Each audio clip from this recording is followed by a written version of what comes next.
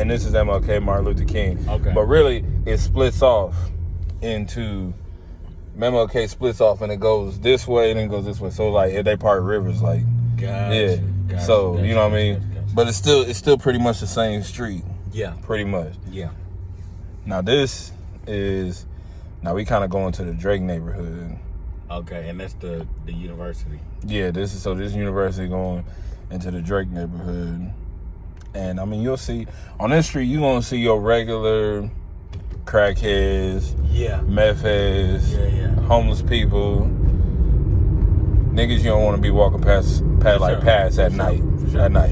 You gonna see the car wash right here. There's been many fights, many shootouts at Perry's car wash. That makes sense. There's the laundry center, the Boost Mobile store. Yeah, and I ain't gonna lie. Having a standalone Boost Mobile store is some dangerous activity going on. Yeah. The standalone, not like in the mall, but like Boost Mobile owned building. It's like, y'all seen some rough times. Yeah. Please, without further ado, I welcome you, Darius Daye.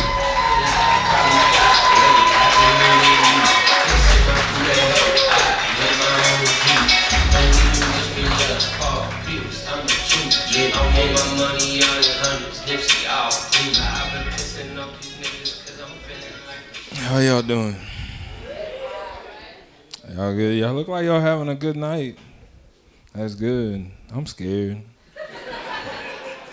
This gotta work. There's a lot that went into this. If this fails, it's over. Y'all gonna see me back selling crack.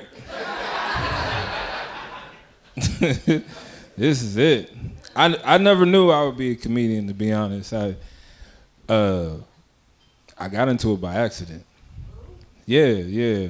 One of my very good friends invited me to an open mic, and he signed me up.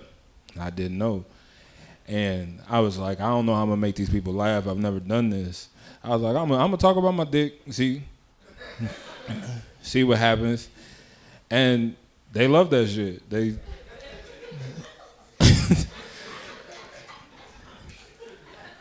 And now I'm obsessed. I'm obsessed with comedy. You know, I'm obsessed with comedy. I'm so obsessed. I got a list of family members I sacrificed to get famous.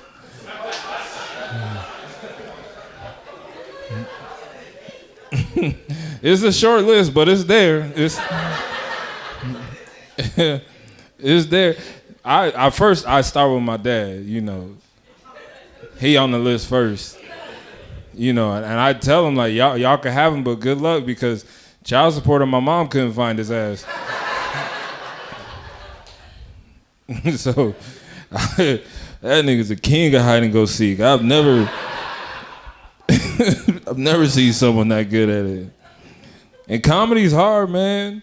We gotta do social media. I fucking hate social media. It's the worst shit in the world. Anybody who likes social media, you're a sociopath. Because there's no way that you enjoy that depressing ass shit. And then I mess up by looking in the comments. The comment section will make you want to end it off, for real. Comment section will make you want to end it off. And we go hard. And I remember I read one of the comments and he was like, damn, he looked like 50 Cent ate so much and became a full dollar.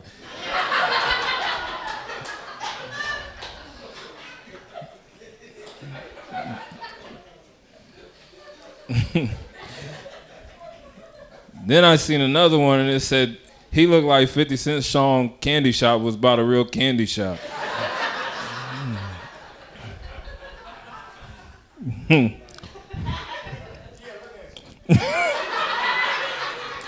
Nigga, we're recording this. Shut up.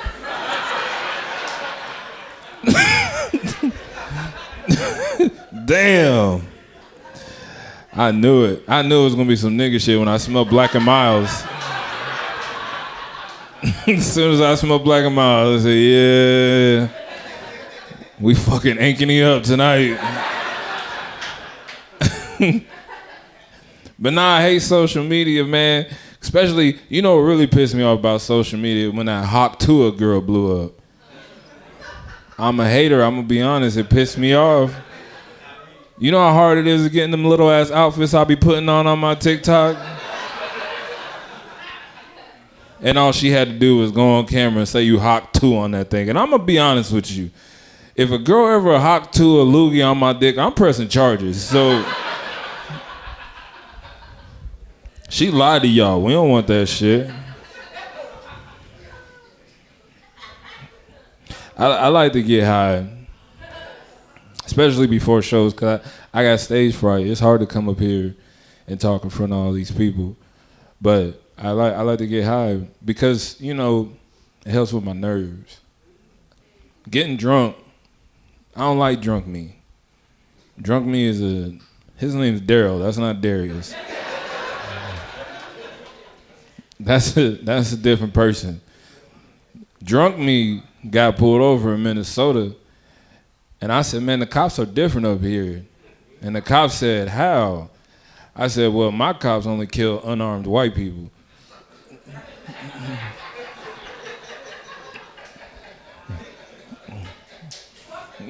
He ain't like that too much. And that's why I don't get drunk. I get high. Cause I get high like if I'm high right now.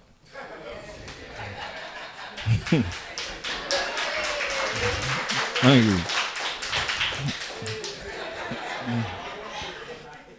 If a fight broke out, I'd probably just back up and go backstage. Cause I'm high. But if I was drunk, I'd probably hand one of them a knife and be like, let's see what happens. I don't like that drunk me. I don't like it at all. And I try to be a good person, but working makes it hard. Having a full-time job, that makes it hard to be a good person. Any full-timers out there? I hope so. Y'all ain't... Ain't that shit hard? Especially corporate America. Corporate America is the worst. You got a whole bunch of fat vegans in there, and that don't make no sense. Like, you can't cook the kale with bacon grease. That defeats the purpose of it being vegan. Then they always want to mess with you like, hey, if you would like to decorate your cubicle, you're more than welcome.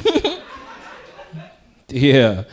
And I always say, like, if I ever decorate my cubicle, it's going to involve a gun in my mouth.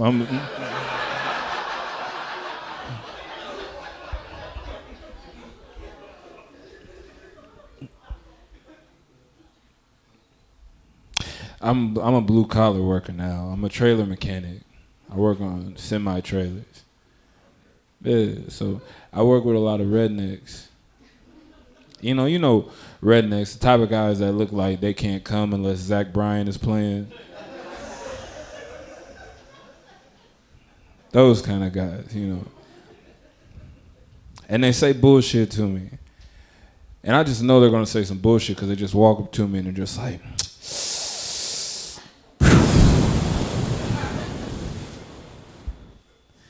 you know what, Darius?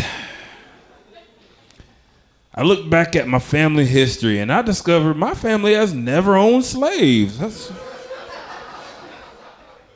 said, all right, Lester. I appreciate that information. Carry on. Then he goes, the next day.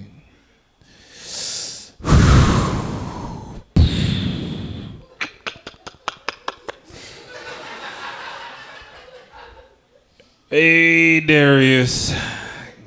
God, is it Darius or Darius? I just wanted to tell you that I don't usually listen to you people's music. But that Shabuzi is a magician. Shabuzi is y'all people music.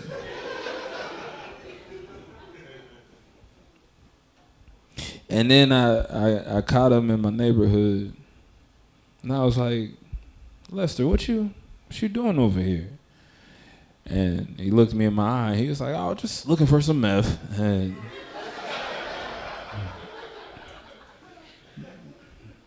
And I was pretty upset. I said, you coming to a black neighborhood looking for meth. You're trying to make it worse. You're making my neighborhood look bad. I was pissed. And I had to sell them the meth. I have bills as well, and it was still mad. I was still mad. The world is ending. Let's be honest. Come on. Anybody think otherwise? Cute. It is. It's over. We thought COVID was bad. Man, you could have never told me in 2025 Taylor Swift would make a song about Travis Kelce's dick. You could have never told me that shit. I wouldn't believe you. And then we looking at it and it's crazy now. I got a story to tell y'all. My story. I was messing with this girl. She's my ex now. And she kept asking me, was I cheating? She kept telling me, I feel like you're cheating. I think you're cheating. And I was telling her, no, I'm not cheating. Why would I ever cheat on you? Like, I love you. I care about you. And then she showed me screenshots of me cheating.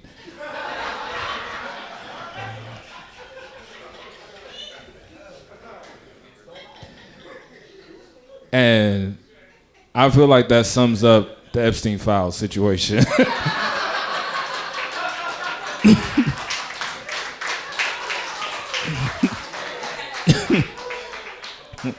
I feel like Trump seen how many times he was named it and was like, you never see this. He fighting between letting y'all know if he's a pedophile or letting y'all know that him and Monica Lewinsky have more in common.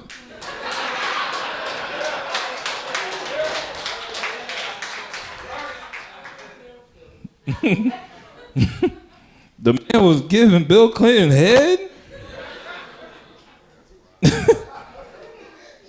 Putin, why do you have this?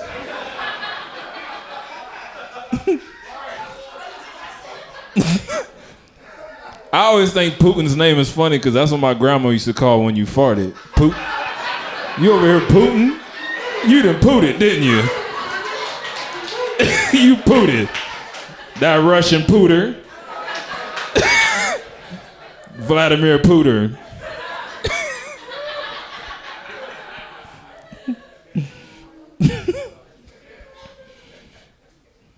Biden, we should have gave him more grace. He was our first active dead president. Felt so sorry for that man. You could have never told me I would miss Biden. Trump is just fucking it up and he don't even care. It's crazy. It's crazy work what he's doing. And he don't even care. I wish I had that in me, But we need Trump because he's bringing out the racists. And we need to know who these people are. And I also love seeing white panic. White people panicking?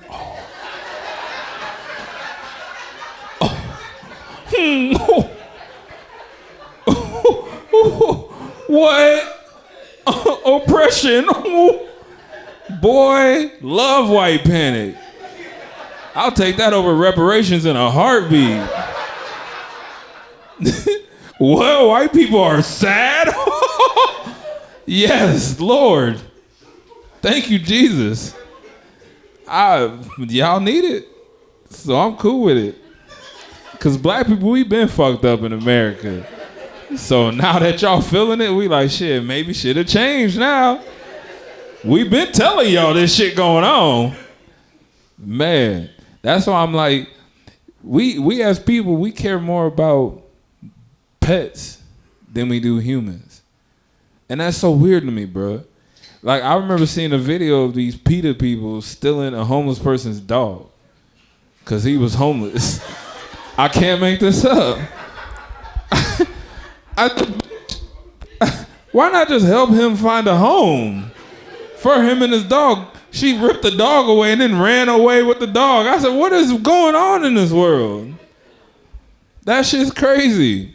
That's why I always say this is my one thing I say. People always want to say something about gun control. And no matter how many shootings we have, they still haven't changed it. My theory is, go shoot up a Petco.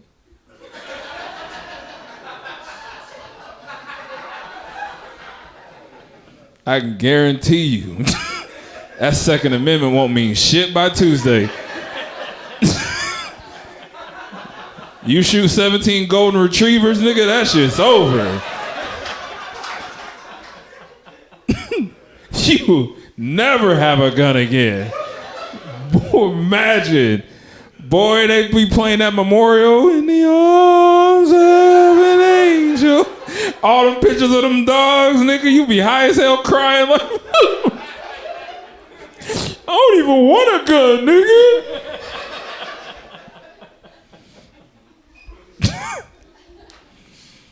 I was down in Tennessee doing some shows, and I was walking by this bar, and this dude screamed out, "Coon!" And I'm so Iowan. I was like, oh, yeah, you gotta watch out for them little fuckers, cause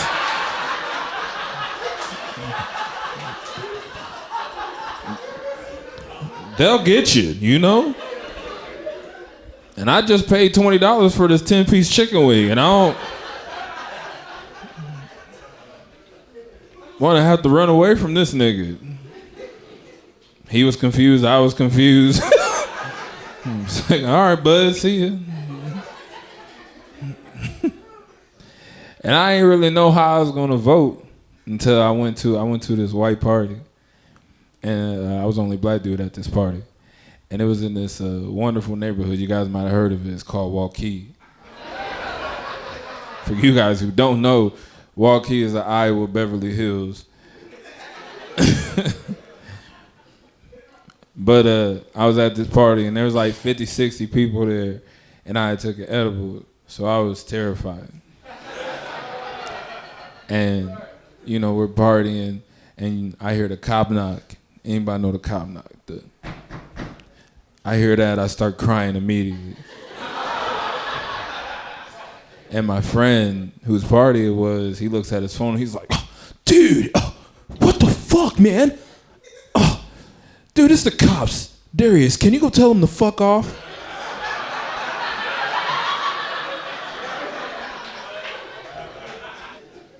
I was like, no, Trevor, what the fuck?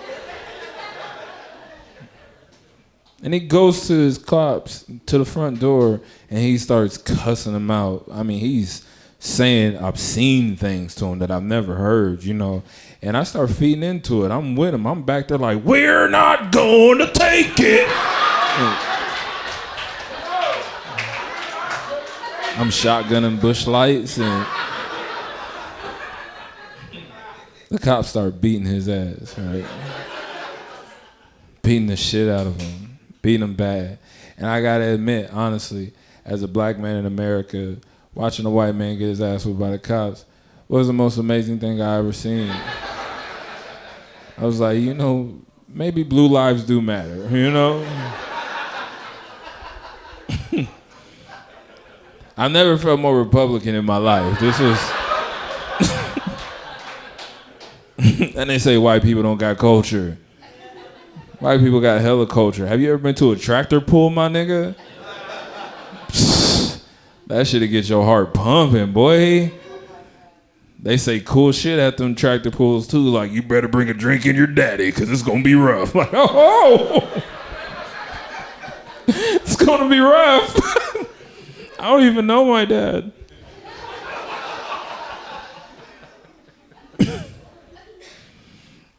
COVID messed me up too. COVID messed me up, man. COVID taught me a lot about myself. I was fucked up during COVID, you know. I thought I was an introvert, but COVID taught me, nigga, you ain't no introvert. You is not an introvert. And we couldn't trust the doctors. Nothing the doctors was saying made sense. You go, yo, you hurt your ankle. And they like, well, you have COVID symptoms. What? And my trust for doctors was already fucked up.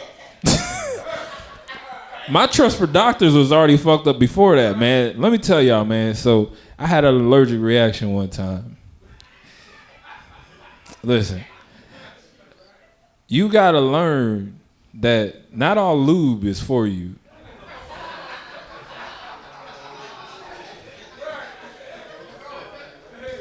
This girl wanted to try this strawberry lube.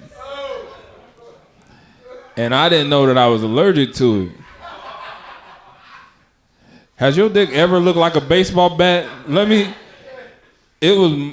dick swelled up so bad.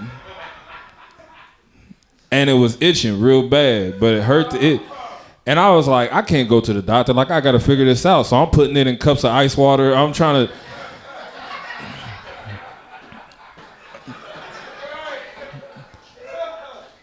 I went and bought a pocket pussy, put it in the freezer. I'm trying to see if I can get the swelling down.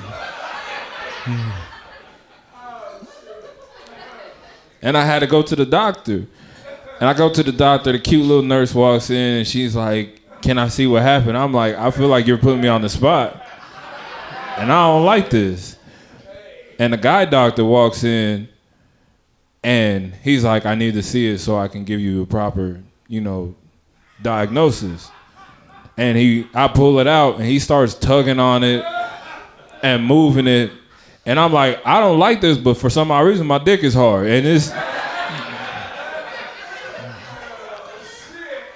and he's like, do you feel that? And I'm like, are you fucking with me? That's all I feel. And then he tells me to put my robe back on. And then he says, well, we're going to run blood tests to see what it is. And I said, you could have did the blood test before you grabbed my dick.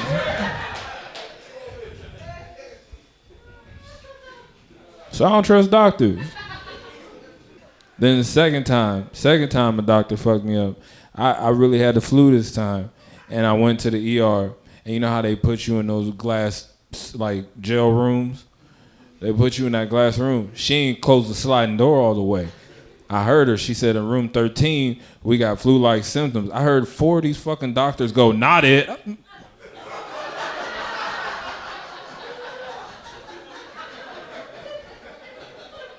I rose up out the bed like Undertaker, like, not it. You motherfuckers out there pulling straws, nigga? On my health? Fuck doctors. COVID taught me I had anger issues too. I started gaming. Any gamers out there? You get pissed off. It'll make you mad. And I figured out I had anger issues because I kept calling a 12-year-old white kid a bitch ass nigga. Still fuck Timmy. I feel fuck Timmy till the day I die. COVID was weird for dating too. I met a girl during COVID and we had sex the first date. And it's cool, but it was weird because she asked me to wear a mask the whole time we were having sex. But she didn't ask me to wear a condom. I said, you worry about the wrong diseases, man.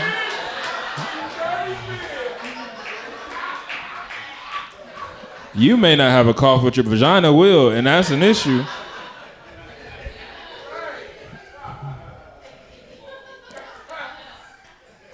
COVID also taught me I had to lose weight too, because they was on TV. I remember watching CNN. They said, if you fat, you gonna die. I'm sitting there crying on the couch eating a honey bun like it's over. I can't go outside. And then I found out I need to lose weight too, because I'm sitting there watching the news and CNN is like, if you fat as fuck, you gonna die.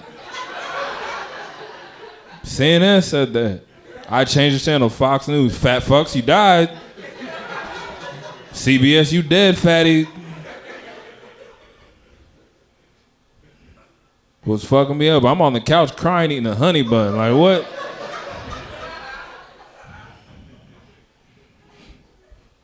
I had to go to therapy. Start doing therapy. Finding a good therapist is hard. That shit's like dating. For real.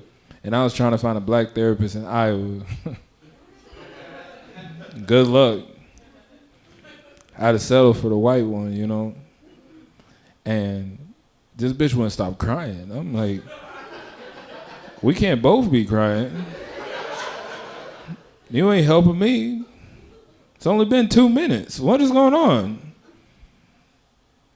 And she fucked me up. You know, we were first meeting, and I'm telling her, like, hey, I'm here because I have anger issues. And she's like, you know, I'd be angry too if my father wasn't around. I was like, Mackenzie, bitch? Never told you that.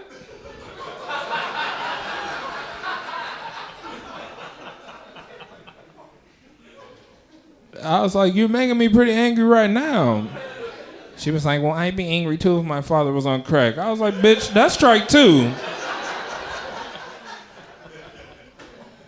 But you're right, carry on.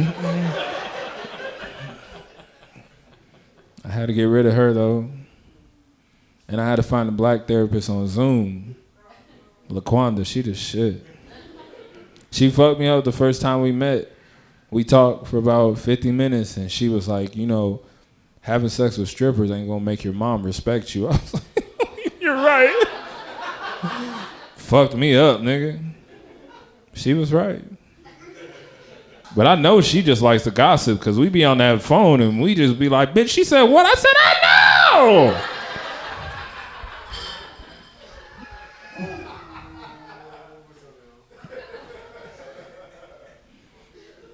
Any parents out there? Any non-parents? Y'all keep that happiness. Y'all non-parents. We don't need no more kids. Kids are disgusting. They're terrible people. They're terrible individuals. We don't need any more. I see kids and I almost want to throw up in my mouth whenever I see kids, because they're disgusting little people. And I say that as a father of 4. Whenever I look at my favorite 2,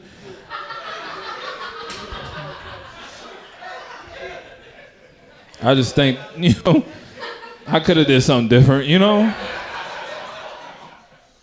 You know? And your kids teach you a lot of shit. Your kids will fuck you up too. You know, and my oldest, my daughter, my firstborn, she was the most beautiful thing I ever seen. When I first seen her, she was just this beautiful creature that I wouldn't ever harm. I wouldn't let any harm come to her at all. But nobody prepared me to be a single father of a teenage girl. And now that she's 16, when I look at that little bitch,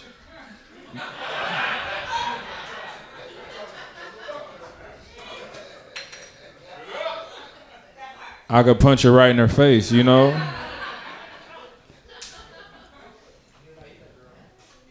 And, you know, if she got kidnapped, I'd wait a while, you know?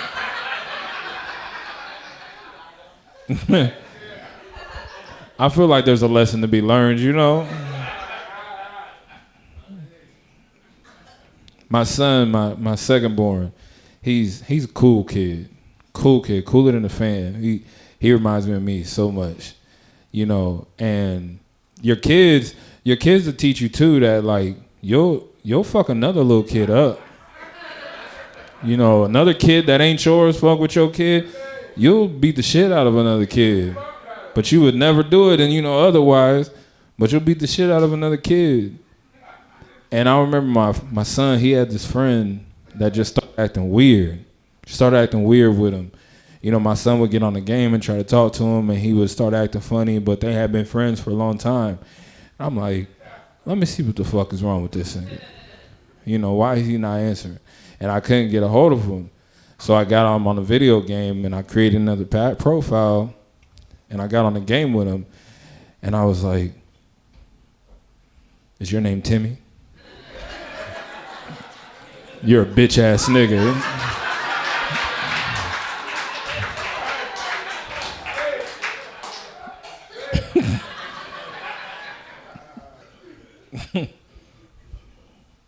I don't feel bad about it. It's still fuck Timmy. My youngest daughter, she could kill somebody, and I help her hide the body. She could get away with murder around me, and she's just the sweetest thing ever. And that's crazy because that's the one I actually paid for the abortion for. I sent the money. And it didn't go through, and she's here. So that's beautiful that I love her so much. It's a blessing. Cause every time I look at her, I'm like, you are a miracle.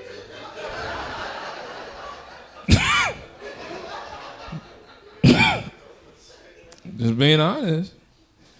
And then my youngest son was born completely blind. But he's the most beautiful kid ever. Like, always happy. He's not depressed about it. He doesn't know that the world's shitty because he doesn't see it. I envy him for that, you know. So he just thinks everything makes him happy because all he knows is joy, because that's all we try to put around him, you know. And I remember I was sad about it, but then I started watching this show Daredevil, and I was like, look at him, you know. So when my son would come over, I would throw shit at him, you know.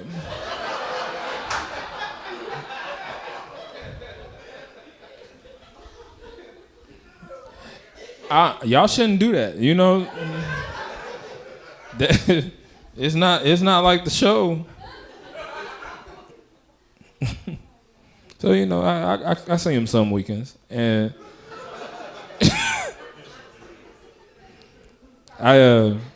this dating world is so crazy. Dating world is so crazy. I hate seeing happy couples. I hate it. Whenever I see a happy couple, I want to follow them on Facebook just so I can see the relationship go down the drain. I hate it. And I'm not a sweet talker, so it's hard for me to date. I'm not good at it, you know. I was talking to a girl one time, and she was like, let's talk on the phone. We were texting, though, and I'm good at texting because I can create a lie better. And she was like, let's talk on the phone. I was like, cool. So she called me, and we're talking. And she's like, how old are you? And at the time, I was 35. And I was like, I'm 35. And she was like, oh, I'm 46. I was like, I don't care. She was like, well, you're just a baby. And I was trying to be slick. And again, I'm not a sweet talker. And I was like, psst, I'll give you this baby dick. And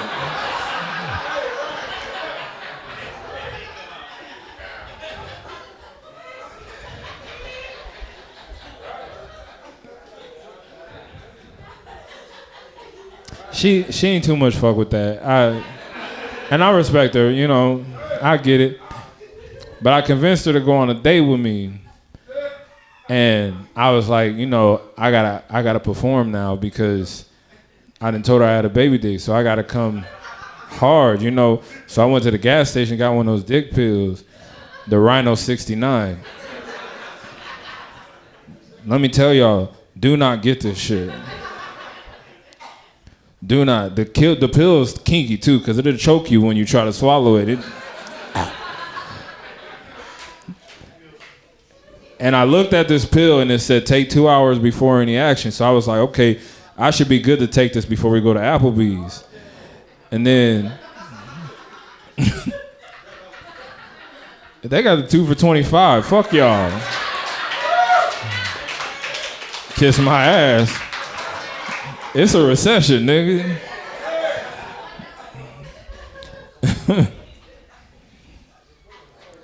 And I took this pill, and the directions lied, because 30 minutes, my dick was the hardest it's ever been. And I don't know if you're supposed to react like this, but I could feel my heartbeat through my penis. And I don't know if it's supposed to make you sweat, but I was sweating profusely. And she was like, are you okay? And I said, well, it's really hot in here. And she was like, well, I'm cold. And I was like, I don't remember asking you how you felt.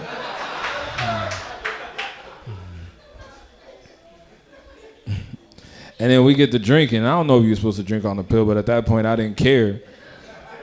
And she was like, I'm too drunk. I think I'm just gonna go home. And I said,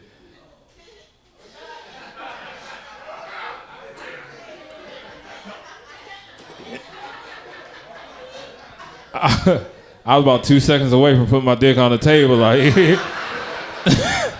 just knocking the drinks over. This is what you missed, bitch. But I took her home like a gentleman. And I'm gonna just tell you, I had to get rid of this boner. I've never cried masturbating in my life. I was doing new positions.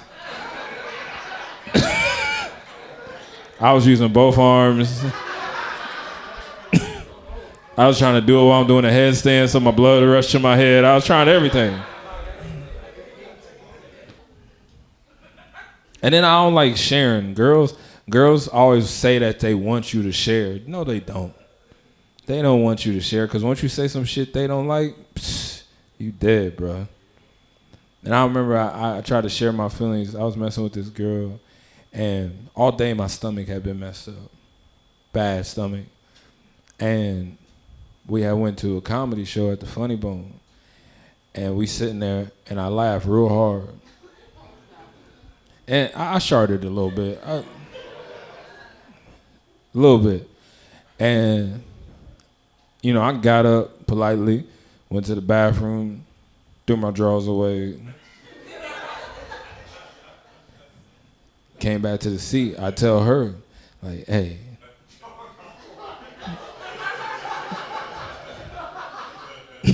I know it was a mistake now. I know now it was a mistake. I shouldn't have did that. But I tell her, like, hey, I sharted a little bit. I had to take my drawers off. She was drunk and she's like, no, you didn't. Let me see your dick. And I unzipped my pants and she was like, nigga, you don't got no drawers on? No. And then I told her I didn't want to go out. I didn't want to go downtown with no drawers on. That would be the night I get into a fight and then my ass is out. That's not why I want to go viral. That's why I got on overalls now, so my pants won't fall down. And I didn't want that to happen. And I told her that we can't go out. So she told her friend, like, hey, I don't want to go out. I don't feel good. So I was like, cool. This is my baby. She got my back. The next week, her friend's over, same friend, and her friend's son, shit. And I was like, you need to change his diaper. And she looked at me and was like, nigga, how dare you? I looked at my girl like, oh, never again. And I like hood rats too. Love hood rats. I know I don't look like it, but I love hood rats. They're the best, bro. They just down, bro. And I remember I was messing with this hood rat, and I know people are like, Darius, how do you know she was a hood rat? When I met her, she had an ankle monitor. That's all I'm saying. I put two and two together, you know? And we had sex one night, and I've never been fucked before. But she fucked the shit out of me. And I was hitting her from the back, and I went to grab her hair, and it had a little give to it. I was like, oh, this isn't glued down. And she took it off and threw it across the room. And she had those Cleo braids from Set It Off. I was like, oh my gosh, I love you.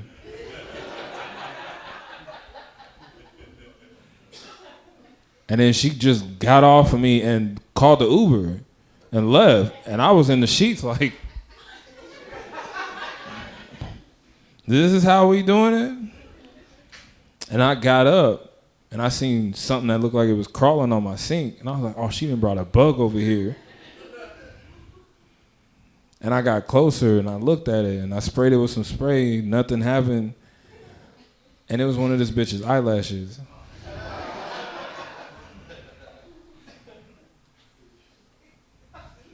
So I don't do that shit no more. And I decided to try something new. I decided to date a white girl. Yeah.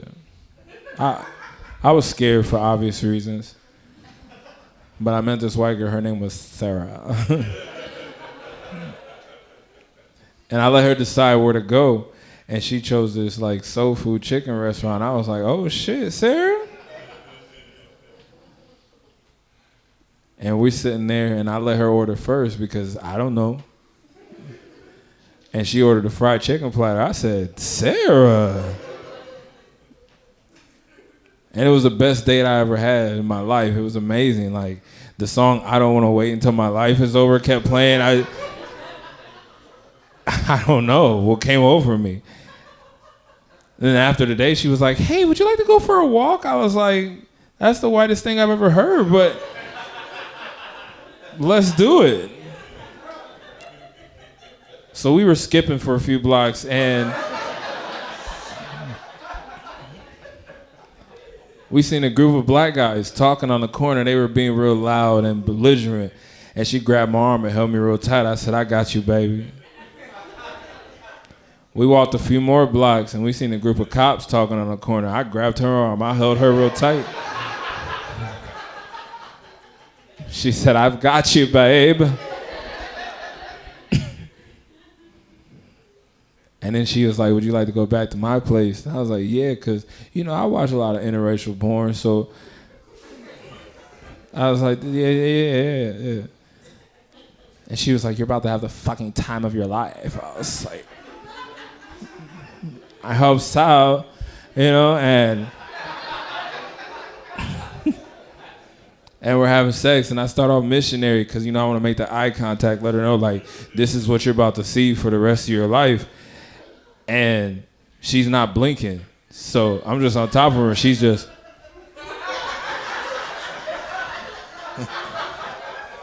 And I watch a lot of Law and Order SVUs, so I was scared,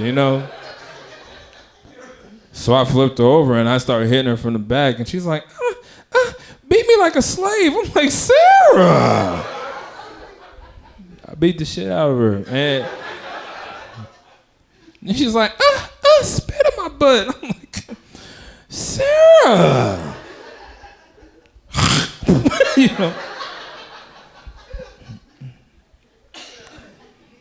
And then she was like, she asked me a weird question. She was like, have you ever heard of pegging? And I was like, when my friends would have a bike and I didn't have a bike, we ride on each other's pegs. And then she goes to this drawer and she pulls out a strap on. And I was like, well, what you doing with that? She's like, well, this is going to you. And I was like, well, for how long?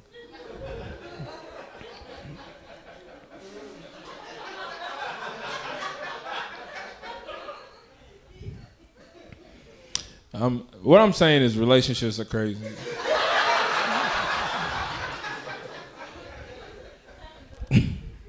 That's all I'm saying. I always be asking men, because they'll never be real with me, and tell me, like, have you ever thought about being gay? Like, just thought about it. Just cross your mind. Like, because I'll be honest, I don't know if I'm gay. I've never been tested. That's why I'm scared to go to a gay bar. I don't want to be 6 Appletinis down and figure it out, I don't want the shit he's saying to start making sense, Like, I don't need to pay my own bills. I am a black queen, you're right.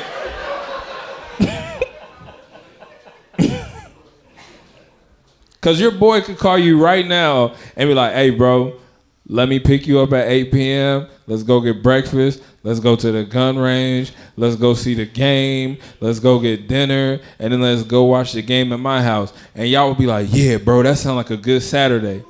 Now, if you was gay, it would just end with a blowjob, nigga. So, not a bad trade-off. If you think about it. Why you think gay men always happy?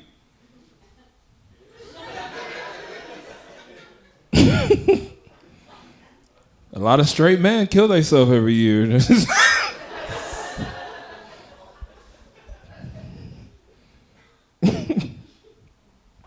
I used to have a homophobic coworker. He would always be very homophobic, and I got his Apple information. So we would be on break, and I would send him like random dick pics that I done got off of Google. Airdrop him. I would just see him at his toolbox, look up like.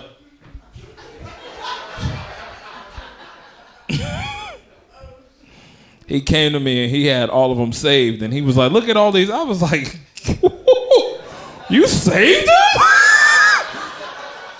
them? You're a fucking serial killer, dog. You saved the photos?" I try to be good though. I try to be a good person.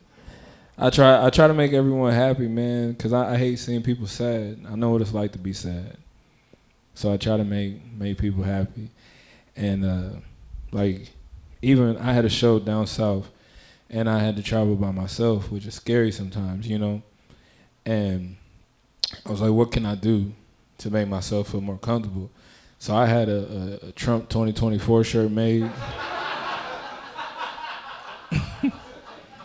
And it worked. It worked. I got on my Uber and he was like, "Hell yeah, brother, you're one of the good ones." I was like,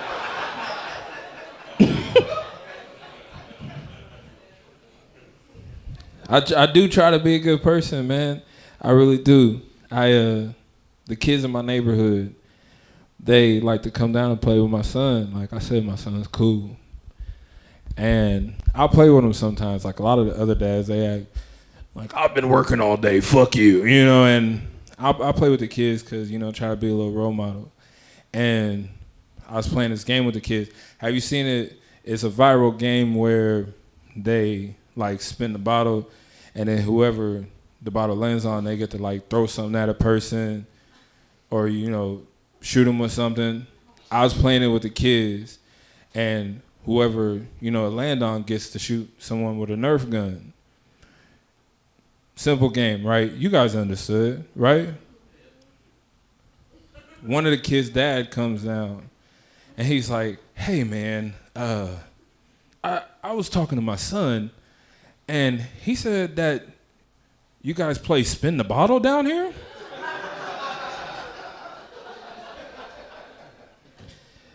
And I was like, "No, your freaky ass son is weird." And I explained the game to him just like I explained to y'all, and he was like, "Well, what's the game actually called?" And I said, "Well, I call it active shooter."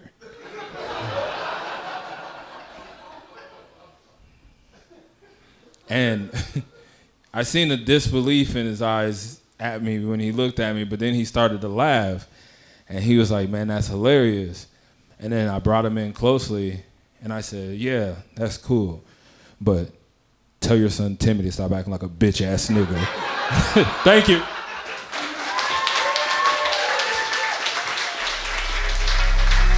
I can't lie, I'll probably die way happier than you. You can't sip my Kool-Aid, ho. I make my own juice. No need to wish me luck. Paul Pierce, I'm the truth.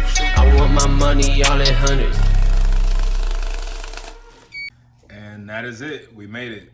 Thank you guys for watching. That is my first comedy special I've ever recorded. Black kid from Iowa. I want to give a big shout out to Speakeasy Comedy. Thank you guys for supporting me. Thank you, Iowa.